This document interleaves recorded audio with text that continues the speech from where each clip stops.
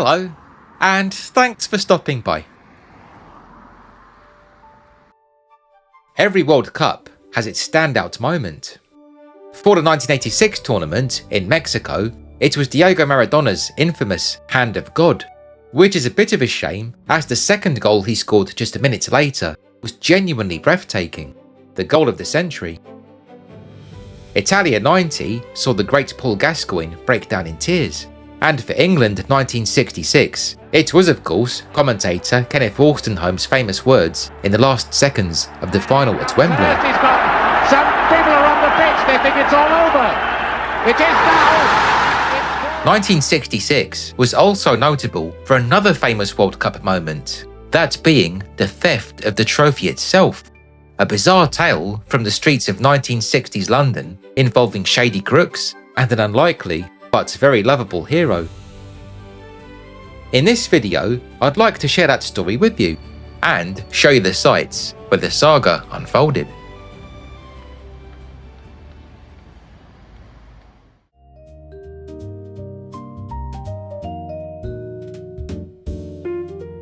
The trophy awarded to World Cup winners at the time was the original accolade, a gold-plated silver sterling figure of the ancient Greek goddess of victory.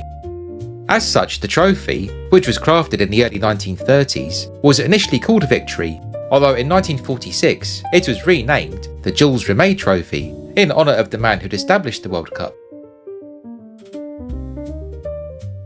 In January 1966, in preparation for the tournament, which was to be hosted by England that summer, the Jules Rimet Trophy was presented to the Football Association for safekeeping. In those days, the FA's headquarters were at 22 Lancaster Gate, just off Bayswater Road. However, they opted to entrust the cup to Alexander Clark, a silversmith based at 125 Fenchurch Street, whose director, George Bird, was able to provide a strong room. In February, the FA were approached by Stanley Gibbons, the famous dealers who specialise in stamp collecting.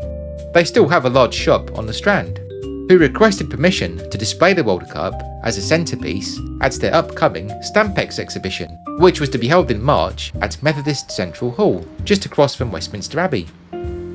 There was nothing unusual in this, for the trophy, which was about the size of a wine bottle, was in high demand for such events, and so the FA agreed, provided the cup had a guard stationed beside it 24 hours a day. Given the go-ahead, the Jules Rimet Trophy was proudly unveiled in a locked glass cabinet at the Stampex exhibition on Saturday, the 19th of March 1966. But it wouldn't be there for long.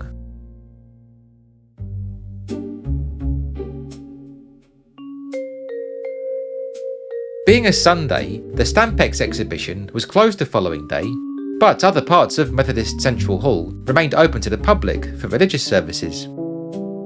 Although the FA had insisted a guard be stationed beside the cup night and day, this protocol wasn't followed to the letter. The company providing the security were called ALSA, ALSA being short for Alsatian, for they used Alsatian dogs. Yet for this job, dogs weren't allowed in the building. Had they been, then perhaps the following debacle could have been avoided. 4 ALSA guards patrolled Methodist Central Hall, stationing themselves across 2 levels within the building. Every now and then, they'd check on both the trophy and the stamp collection being far more valuable. In 1966, it was valued at £3 million, about 50 million in today's money, whilst the trophy itself, although a cultural icon, had an official value of £3,000.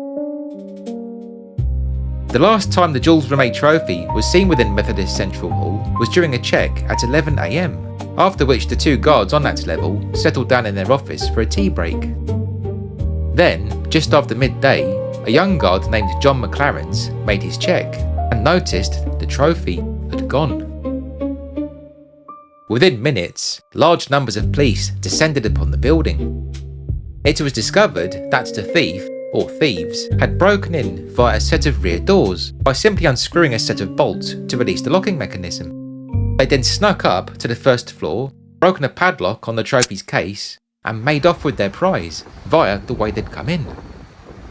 2 suspicious figures who'd been seen lurking about were noted. The first, described by one of the guards who'd seen him using a public telephone, was said to be a man in his late 30s, medium build, with creased back black hair, and wearing a black coat. This individual matched the description of someone provided by a cabbie, who dropped the passenger off outside Methodist Central Hall after being flagged down on New Bond Street. The second stranger had been spotted by Margaret Coombs, a young woman attending Methodist Central Hall for Sunday school. The person she saw had been lurking near the lavatories and was distinctly different.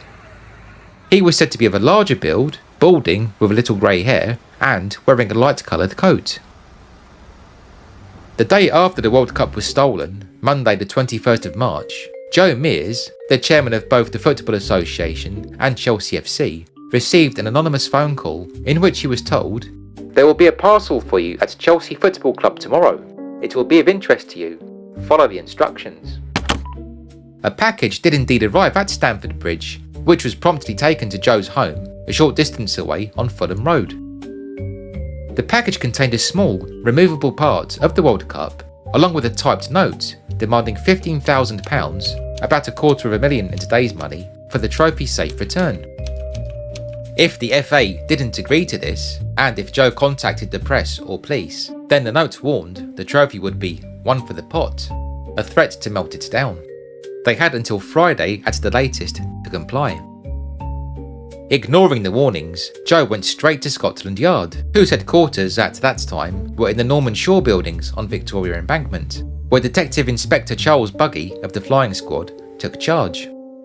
Buggy said they should initiate the ransom drop, supposedly to flush the crooks out, and so, as requested by the note, a message was placed in the personals column of the London Evening News, which simply read, "Willing to do business, Joe." Meanwhile, the FA paid a covert visit to the silversmiths on Fenchurch Street, where they asked George Bird to begin work on an exact replica of the trophy.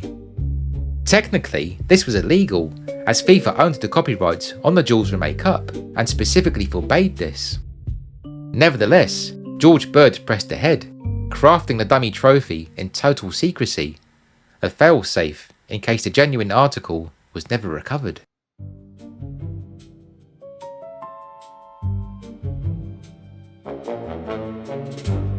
Joe Mears was called again at home on Friday the 25th of March, this time to arrange the ransom drop-off. By this point, he was genuinely ill. The stress of the situation had resulted in an angina attack, and so his wife handled the call. The man she spoke to identified himself as Jackson, and she told him that, due to her husband's illness, Joe's assistant, Mr. McPhee, would now be acting as the main contact, although Mr. McPhee was in fact the flying squad's Charles Buggy. Jackson was uneasy with this turn of events, but agreed to meet the so-called Mr. McPhee, telling him he'd find him at Battersea Park, just inside the entrance opposite Park Gate Road. And so Buggy set off, alone. This was an immense risk. Although 1960s London may look quaint in retrospect, it should be remembered that it was still a city full of dangerous villains.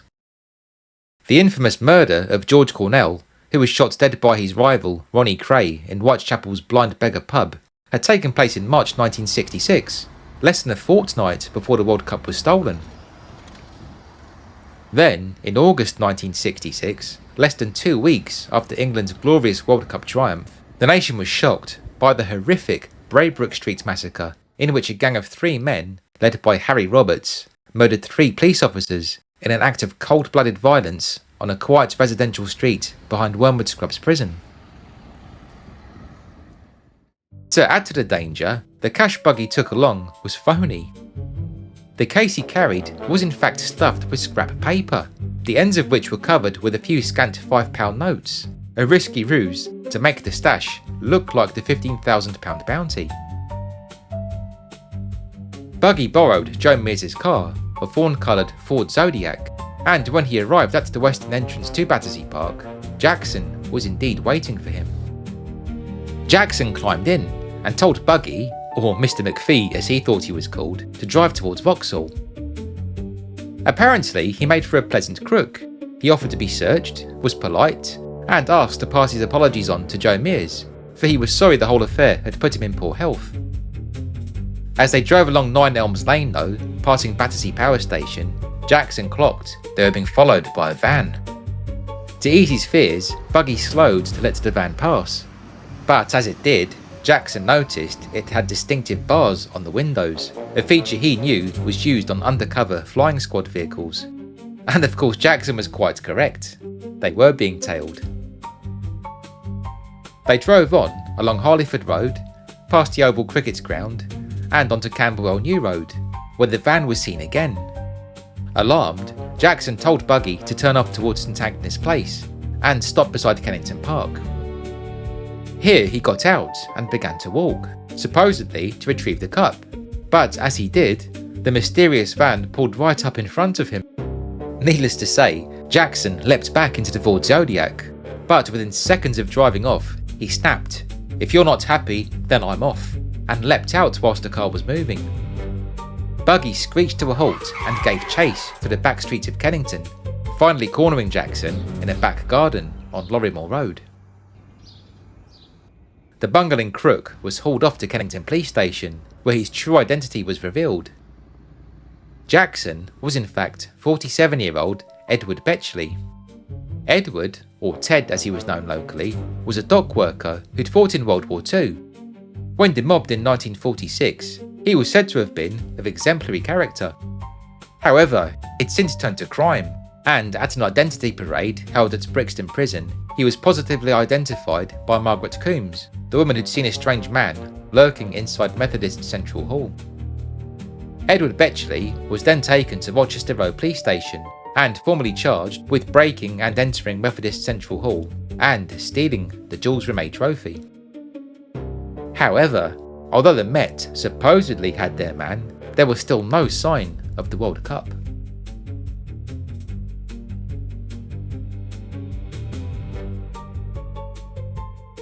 Edward Betchley, the man who'd called himself Jackson, lived on Grosvenor Terrace, a cramped back street off the Walworth Road. And so, following his arrest, some 200 policemen descended on that area of South London, tearing through known criminal haunts in search of the still missing cup. All to no avail. Then, roughly 4.5 miles south of Grosvenor Terrace, at around 9 PM on March the 27th, a fellow named David Corbett needed to call his brother, and so set off for the short walk to his local telephone box. This being in the days, remember, when not everyone had their own personal phone. Different times. David, who worked as a Thames lighterman, decided to take his dog Pickles along with him. Pickles being a 14-month-old black and white mixed collie. David lived with his wife, and Pickles of course, in a flat on Beulah Hill, Upper Norwood, close to Crystal Palace. As soon as they stepped out of the door, Pickles immediately picked up on the scent of something. A parcel tucked between a hedge and the tyre of a parked car. Pickles was insistent, so David picked up the object. It was tightly wrapped in newspaper, which he ripped off bit by bit. At first, due to the covering, he wasn't sure what the object was. But when he saw the plaque listing previous World Cup winners, the incredible truth suddenly dawned on him. Pickles had found the Jules Rimet Trophy. David rushed the precious object to Gypsy Hill Police Station, where the desk sergeant famously responded, "It doesn't look very World Cuppy to me, sonny." Nevertheless, police stations across London had been issued with a handout detailing the trophy's appearance and exact dimensions, and when this was consulted, it appeared David was right. The trophy was taken to Scotland Yard, where it was positively identified by an FA official. David was dragged along too. At first he was considered a prime suspect. Fortunately, he had an alibi for the day of the theft, and so was eventually free to go and enjoy his moment of fame with Pickles. As you can imagine, Pickles became a huge celebrity in 1966. Following England's win on the 30th of July, he and Dave were special guests at the victory party held at the Royal Garden Hotel in Kensington, where, as Dave later recalled, Pickles cocked his leg in the lift.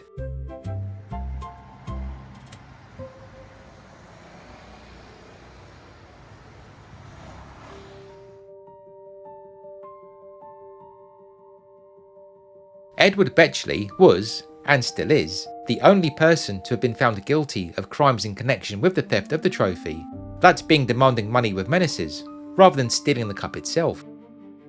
Following a trial in Courts No. 1 at the Old Bailey, he was sentenced to 2 years in prison in July 1966.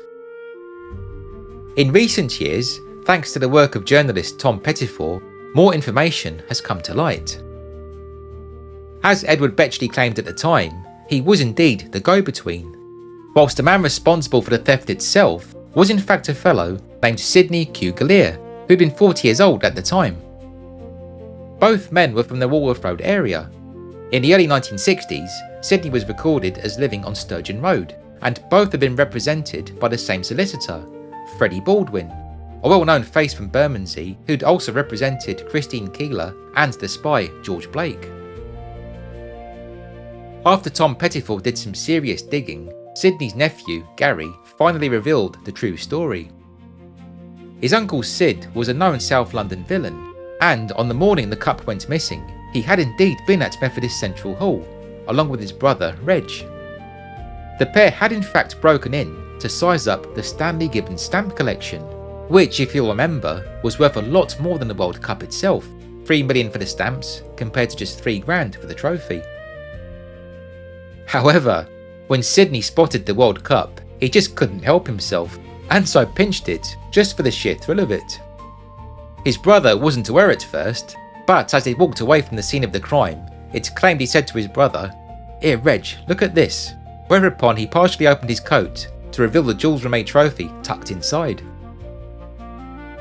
Quickly realising the trophy was becoming a little too hot to handle, Sidney decided to get it out of the capital, and so took it to his father-in-law's, who lived up in Luton at 71 Cowper Street. It was hidden here for a time in the coal bunker, but eventually the father-in-law grew uneasy, and so the trophy was taken back to London, most likely thanks to a deal struck with Edward Betchley and Freddie Baldwin, and dumped in the hedge where Pickles later found it. The Jules Rimet Trophy remained the World Cup's coveted prize until 1970, when it was replaced with the current incarnation. The original was then gifted to the Brazilian Football Confederation, who displayed it at their HQ in Rio de Janeiro, from where, on the 19th of December 1983, it was stolen again. This was somewhat ironic, considering that, following the 1966 theft, a Brazilian official had claimed such a thing wouldn't happen in his country because, according to him, even the thieves loved football too much. The fate of the original Jules Rimet Trophy remains a mystery to this day. Following the 1983 theft, some say it was melted down, whilst others claim it was sold on the black market. So who knows? It may still be out there, somewhere.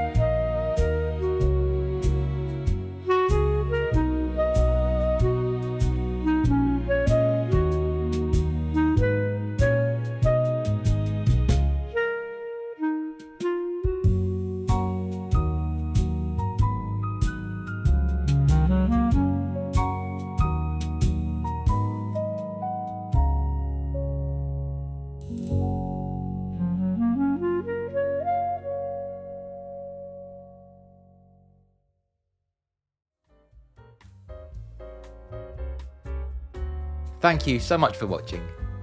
I hope you enjoyed hearing about how the World Cup was stolen and found back in 1966. Were you around at the time? If so, what are your memories of the theft and tournament? Please be sure to let me know in the comments. If you haven't yet subscribed to Rob's London, then I'd appreciate it very much if you could please consider doing so, as this, along with clicking the bell icon to receive notifications, will ensure that you don't miss out whenever I publish any future videos. Plus, of course, it'd be wonderful to have you along. Pressing the hype button is a huge help too. If you're feeling extra generous, you can also support my work with a tip, via either my Ko-fi account, which I'll link below, or the YouTube thanks button, which appears beneath the video. Any such financial donations are of course greatly appreciated, and they really do help go towards creating content. Anyway, on that note, thanks again for watching friends. Stay well, and please be sure to stay tuned.